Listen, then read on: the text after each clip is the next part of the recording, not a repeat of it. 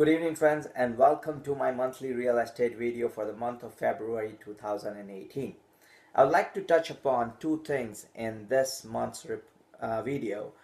One is about the TREB report, which is out it's an annual report that TREB compiles, and I would also like to give in my suggestions and my insight in the forecast of 2018 real estate market, what I personally think could be the market looking like, and what would be my suggestions on buying and selling. So for the TREB report, this year report of the TREB is very different than the years before.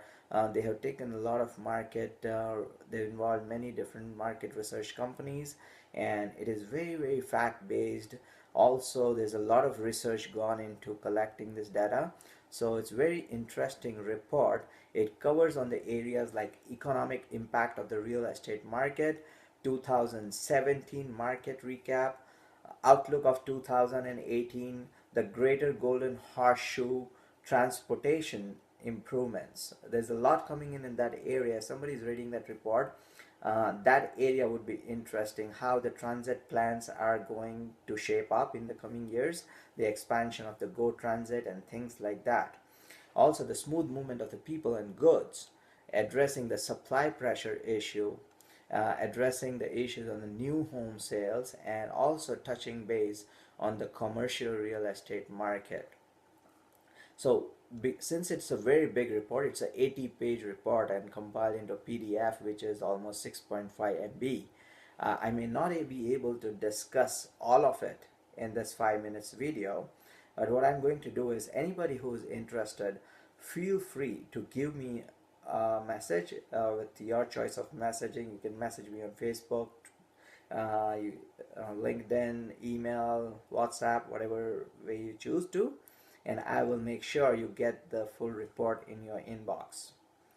So in summary, 2017 saw a sales dip of 18.3%, and most of it was due to the later part of 2017, which was impacted due to the fair housing plan and the government policies, the new mortgage rules announcements, the tightening of the mortgage, and also the foreign buyer tax that was introduced.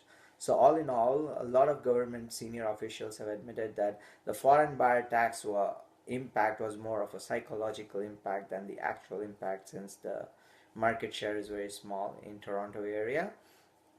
However, what we need to note is the dip in the sales hasn't resulted in the deep dip in the annual average sales. So the average sale price, so sale price of 2017 averaging was 12.7% higher compared to 2016. Okay, the beginning part of 2017 spiked up so high that we might see the result of it in the form of correction in the first quarter of 2018.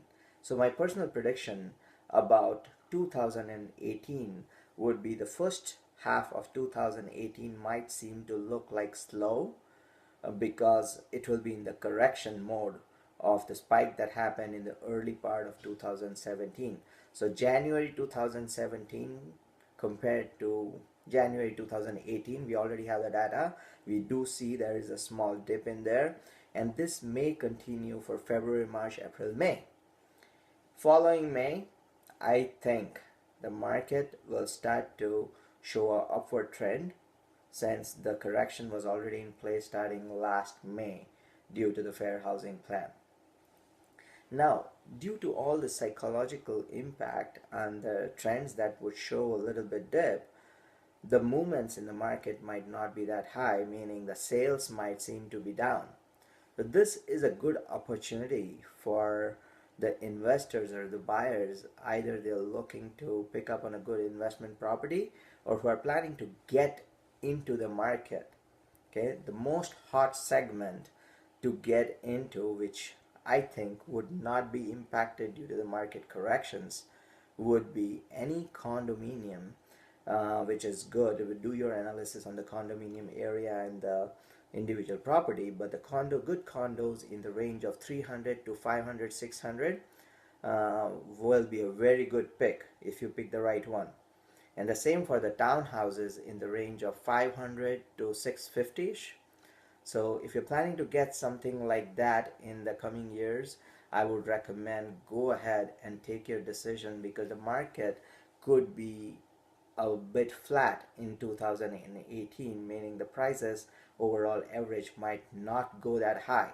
It may remain flat or maybe a little low for the higher segment. So it's the best time to buy, because in the medium to long term the market will start picking up, because there is going to be a lot of influx of immigrants and the supply of the new housing is limited. So all of that is there. So this impact of 2017 of market flattening is more due to the government policies and also the market sentiments. So it's a good time for a wise buyer who's thinking long term to get into the market.